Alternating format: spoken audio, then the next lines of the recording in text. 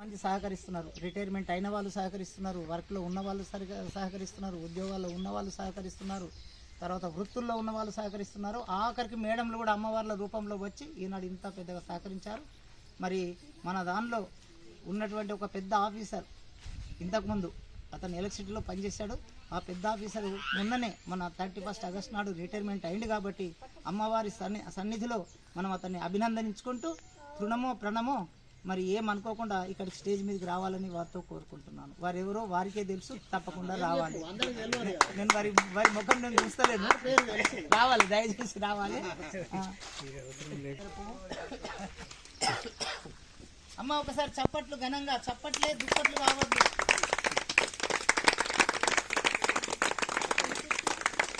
Congratulation sir. మీ శేష జీవితం కూడా మంచిగా పిల్ల పాపలతోని, మన్మలతోని, మన్మరాలతోని, సుఖ సంపదలతో, అష్టైశ్వర్యాలతో, ఆయురారోగ్యాలతో భగవంతుడు దీవించాలని కోరుకుంటున్నాం. తప్పకుండా మరి ఇక్కడ ఉన్నటువంటి ఈ సంఘ కార్యక్రమాల్లో భాగంగా ఒకటి మనం ఏం చేయబోతున్నామంటే ఒక ట్రస్ట్ ఏర్పాటు చేయబోతున్నాం. ఆ ట్రస్ట్ వల్ల ఎందరికో లాభం జరుగుతుంది. ట్రస్ట్ యొక్క కార్యక్రమాలు కూడా మనం పెద్ద మొత్తంలో చూసుకోవాలని మార్నింగే నేను చెప్పడం జరిగింది. తప్పకుండా అది మాత్రమే కాదు, మిగతా వాళ్ళం అందరం కలిసి ఇక్కడ ఒక ట్రస్ట్ ఏర్పాటు చేద్దాం. దుష్ట బ్రాహ్మణ సంఘం యొక్క ట్రస్ట్, ఈ తరఫు యొక్క ట్రస్ట్ని ఏర్పాటు చేసి కొంత బీద వాళ్ళకి సాయం చేద్దాం. బీద వాళ్ళకి సాయం చేసే తరుణంలో ఈ మన ట్రస్ట్ను కూడా, సంస్థను కూడా తప్పకుండా అభివృద్ధి చేసి ఇంతింతై వటుడింతై అనే విధంగా మంచి పతాక స్థాయికి పరిగెత్తే విధంగా అందరి యొక్క మనస్సులో ఆలోచనలు పెంపొందాలని కోరుకుంటూ మీ యొక్క ఆశీర్వాదం, మీ యొక్క సహాయ సహకారాలు అండదండలు ఎప్పటికీ ఉండాలని కోరుకుంటున్నాం. మీరు కూడా ఒకటి ఆయన ప్రకటించేయండి. ఏం లేదు, విజయం ఉంటుంది.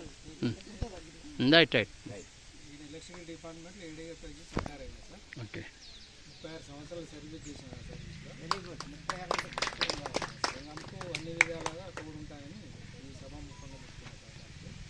అయితే సహకారాన్ని కూడా అందిస్తున్నాం. ఖచ్చితంగా చేస్తాం. ఇంకొకటి సార్, మా కోరిక అడగద్దుగాని అడుగుతున్నాం, కానీ పోచారు సార్ అడగా అంటాడు, 10 సార్లు అడగా అంటాడు, ఒక్కసారి గట్టిగా అడుగుతాడు. ఏంటంటే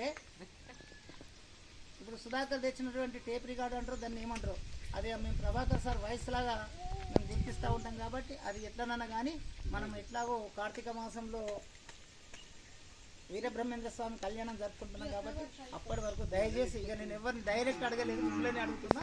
ఒక 5,000 రూపాయల విలువ ఉన్నది, అది కొని చేస్తే అమ్మా సప్పటి ఇప్పుడైనా పడుతుంది అమ్మా.